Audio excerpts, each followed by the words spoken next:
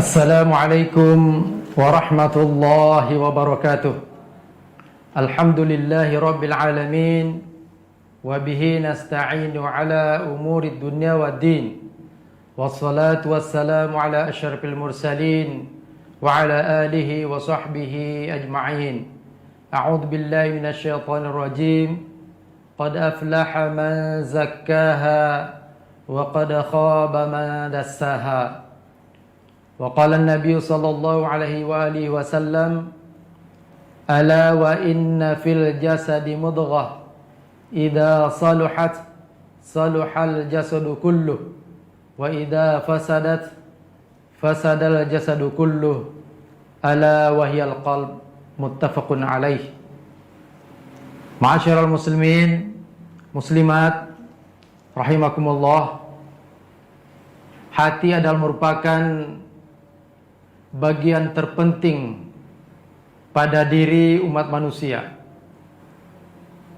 Hati adalah bagian yang paling mulia pada diri seorang hamba, karena hati itulah yang mengantarkan seseorang untuk mengenal Rabb-Nya, mengenal Allah Subhanahu wa taala. Hati itu pula lah yang mendorong, mengantar, memotivasi dan mengendalikan segala aktivitas umat manusia. Maka baik buruknya seseorang tergantung pada baik buruk hatinya. Itulah yang dinyatakan oleh Rasulullah sallallahu alaihi wasallam dalam riwayat Bukhari Muslim tadi, bahwa apabila segumpal darah yang ada pada diri manusia itu baik, maka baiklah seluruh pribadinya, dan sebaliknya manakala itu rusak, maka rusaklah seluruhnya. Oleh karenanya,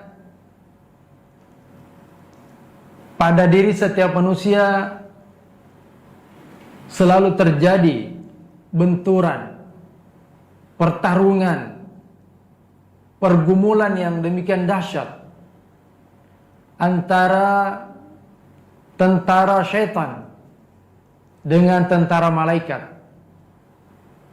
Hampir tidak ada waktu, tidak ada ruang di mana pertempuran dan pertarungan ini berhenti sejenak.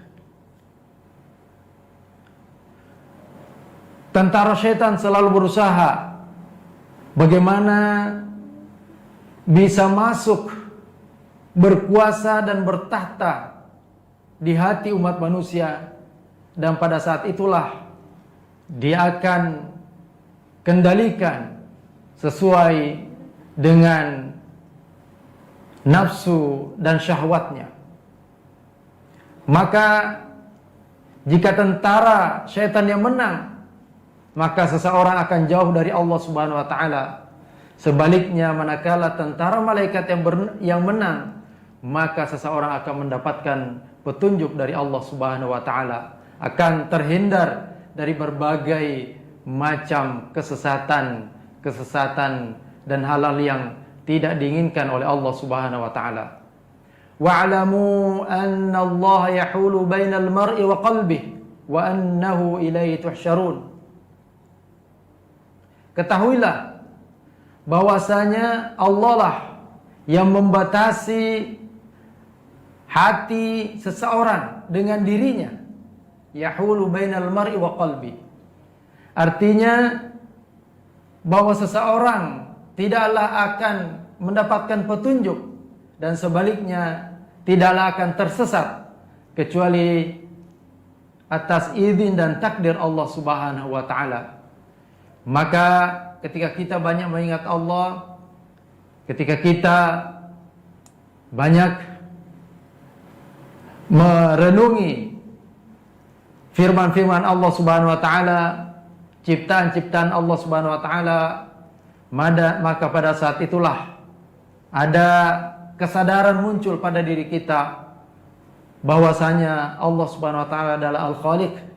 Allah adalah pencipta alam semesta ini. Allah lah yang mengajarkan kita segala macam ilmu pengetahuan. Allah lah yang memberikan kita berbagai macam kenikmatan.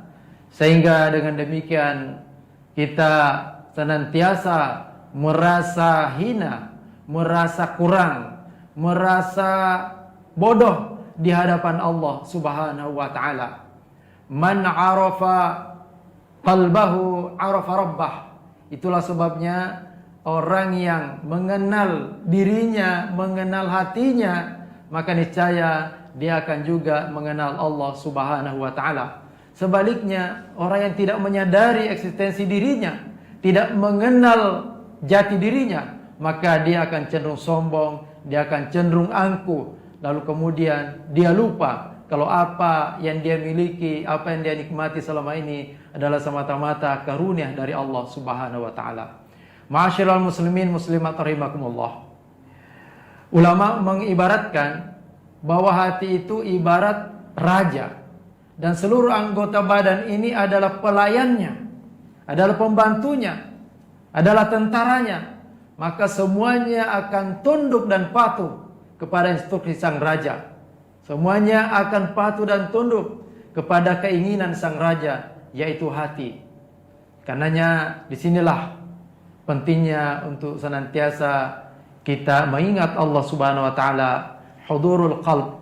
Bagaimana mengisi jiwa-jiwa kita dengan zikir, dengan bacaan Al-Quran, sehingga kita bisa membentengi diri kita dari serangan musuh-musuh kita semua, musuh yang abadi yang sengaja Allah Subhanahu wa taala ciptakan sebagai ujian keimanan bagi umat manusia. Dan pintu-pintu masuknya syaitan pada diri manusia itu adalah melalui sifat-sifat tercelah dengan berbagai macam bentuknya yang insya Allah kita akan bahas pada pertemuan berikutnya.